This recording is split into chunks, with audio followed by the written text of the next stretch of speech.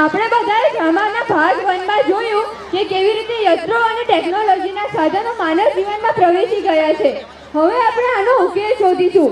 શું યંત્રો અને ટેકનોલોજીના સાધનો આપણા માટે આશીર્વાદ સમાન છે કે શાપ? જ્યાં એક તરફ આ સાધનોએ આપણું જીવન સરળ અને સુવિધાજનક બનાવી દીધું છે, તો ત્યાં બીજી તરફ શું આ સાધનો આપણા માનવત્વ અને સામાજિક સંબંધો પર અસર કરી રહ્યા છે? તો આવો નિહાળીએ ડ્રામા પાર્ટ 2. और फिर हनुमान जी लक्ष्मण जी के लिए संजीवनी बूटी वाला पर्वत उठाकर लाए. डैडी आ गए, डैडी आ गए, डैडी आ गए, डैडी आ गए. दादी, पहले कितना अच्छा था. डोरबेल बजती थी, मैं दरवाजा खोलने जाती थी और डैडी मेरे लिए चॉकलेट भी लाते थे. लीजिए जी पानी. आ गया मेरा बेटा. Gentleman, What can I do for you, sir? Shoelace खोलो. Yes, sir. जूते उतारो. Yes, sir. ऐसे नहीं, झुककर. Yes, sir. झुककर नहीं, नीचे बैठकर. Yes, sir. देखा, जेंटलमैन के आने से हमारी लाइफ कितनी आसान हो गई है.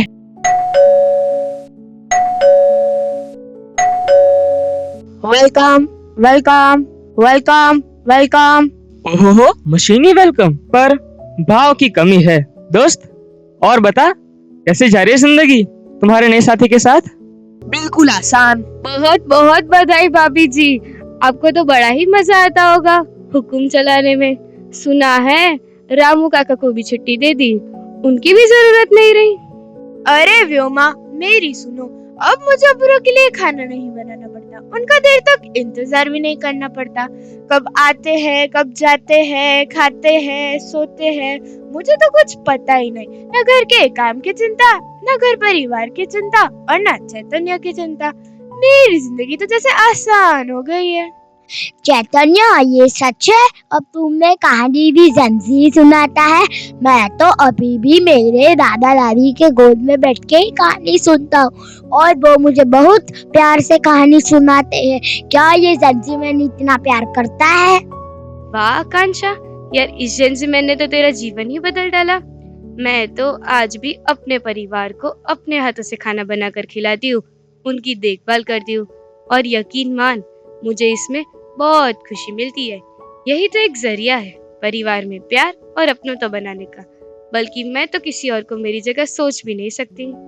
अरे व्योमा बेटा, तुम्हें क्या मालूम इस जेंटलमैन के फायदे? जानती है क्या, यह मेरे पैर दबाता है, गीता के पाठ सुनाता है और तो और एक से बढ़कर एक लजीज खाना बनाकर खिलाता है. और क्या चाहिए, है ना जी? हाँ भाग्यवान, बिल्कुल सही कह रही हो. अगर लोगों को ये जेंटलमैन के बारे में पता चला तो लोग इसके जैसा रोबोमैन घर घर रखना चाहेंगे. देख लेना, ये वैकुंठ लाल के शब्द है. ओहो, मैं तो मानता हूँ कि परिवार एक दूसरे की कदर और स्नेह की भावना से ही चलता है. अरे देखते जा मेरे दोस्त, जेंटलमैन कैसे ह्यूमन रिप्लेसमेंट का ऑप्शन बनेगा.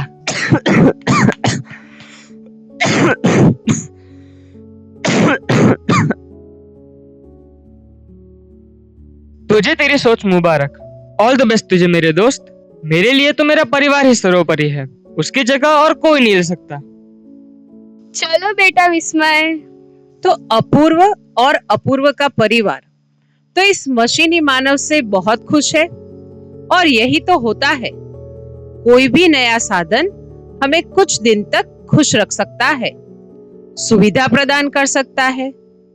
देखते हैं इनकी यह खुशी कब तक बरकरार रहती है. आहा, टमाटर बड़े मजेदार. वाह, टमाटर बड़े मजेदार. वो टमाटर बड़े मजेदार.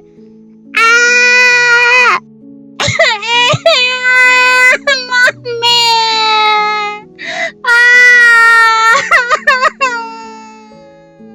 अरे मेरी बेटी गिर गई. नहीं नहीं बेटा, रोते नहीं, चुप हो जाओ, चुप हो जाओ, चुप हो जाओ मेरी बेटी.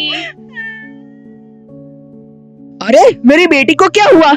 जेंटलमैन, चैतन्य गिर गई, रो रही है, उसे खून बह रहा है. तुम्हें इतना समझ नहीं आता कि उसकी मदद कर ले? Sorry no data found. Stupid, मेरी बेटी को ज्यादा चोट लग जाती तो।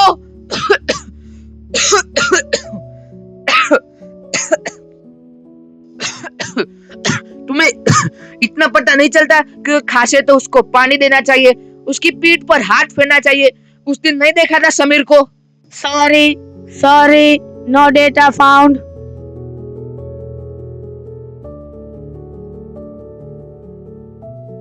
अपूर्वा, ओ अपूर्वा, ये जेंजीमैन मुझे बीच रास्ते में छोड़कर आ गया। क्यों gen Z man? Sorry no data found. पर आप गए थे कहाँ? मैं बैंक गया था। बैंक जाने की क्या जरूरत आन पड़ी? आजकल सब कुछ घर बैठे 1 क्लिक पर हो सकता है। इस जेंजीमैन को बोल देते। बिल्कुल सही कह रहा है, पर बैंक जाना मेरे लिए सिर्फ काम नहीं है, हर महीने मेरे दोस्तों से मिलने का एक बहाना है।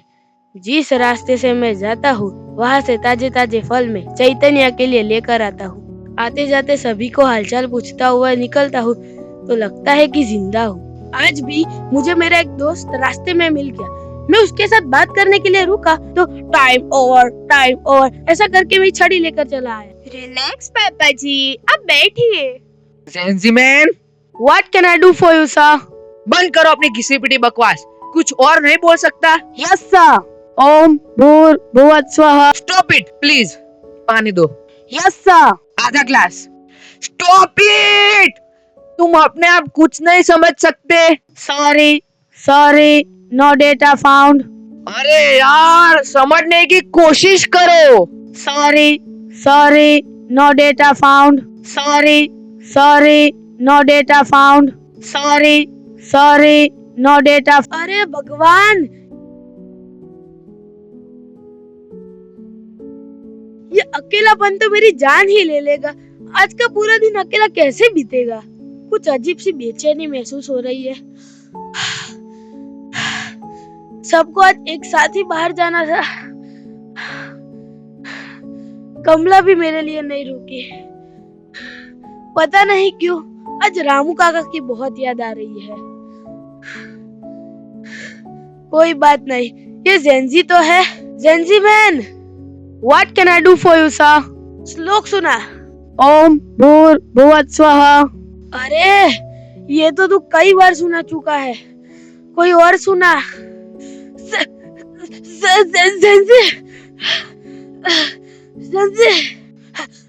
Help. Sorry no data found. अरे सेठ जी, ये क्या हो गया आपको? लगता है सीने में दर्द हो रहा है। मुझे जल्दी से कुछ करना होगा।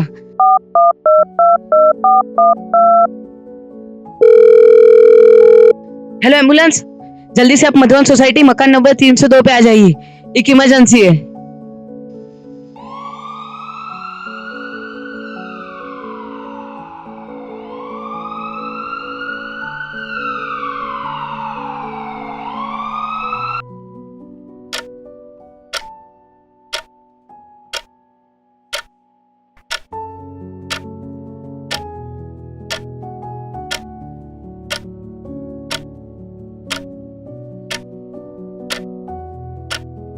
और कुछ समय बाद। शुक्रिया रामू काका, आज आप सही समय पर नहीं आते तो न जाने क्या हो जाता।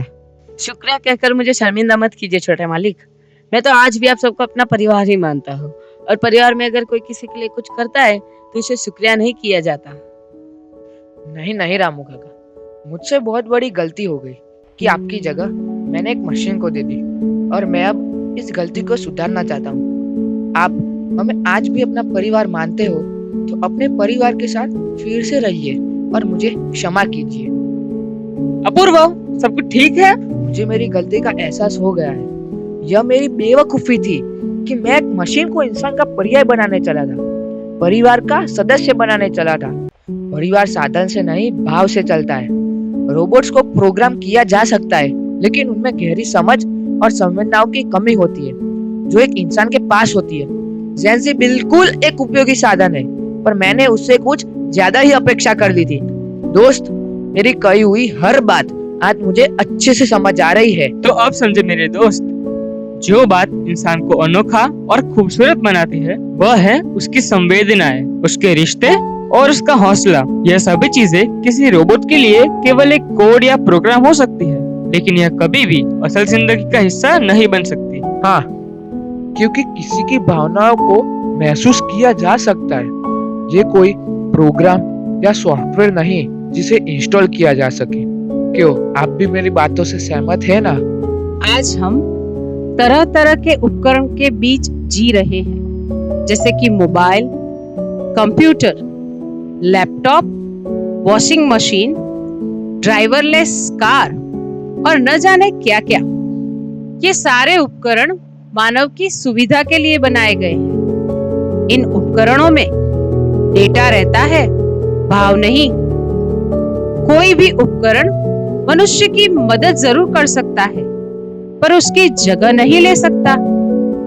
उपकरणों का काम ही यही है, हमारे कार्य को सरल बनाना और हमारा समय बचाना, ताकि हम हमारा यह अनमोल समय हमारे अपनों के साथ जी सके। हमें लगता है कि मोबाइल से हमने दुनिया मुट्ठी में कर ली है, लेकिन वास्तव में हम मोबाइल की मुट्ठी में हैं। आज हम चारों ओर से तरह तरह की मशीनों से घिरे हुए हैं। मशीनें आवश्यक जरूर है, लेकिन तब तक जब तक वो हमारे नियंत्रण में है।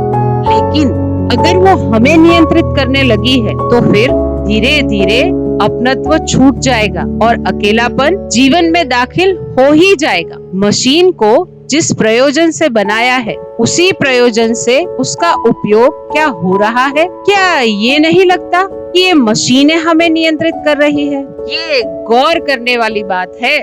जरा सोचिए